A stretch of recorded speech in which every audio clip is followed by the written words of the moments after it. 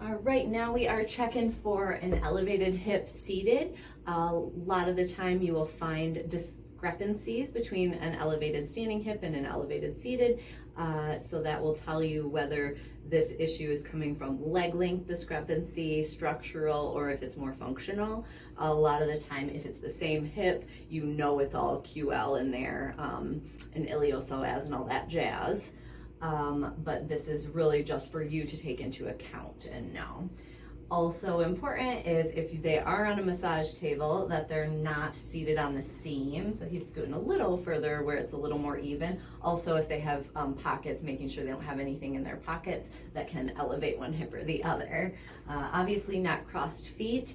And I do this with dangling feet. I have heard boons and poor things from either having them seated with feet on the floor or having dangling feet. So this is what my situation allows for, and it's been helpful for me.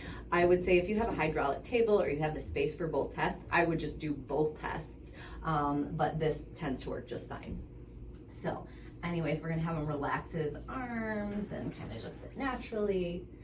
And we're testing, again, I'm just at the top of the iliac crest. So you palpate in there and you're really kind of pressing down pretty decently. I like to straighten my arms because it gives me a better gauge of level.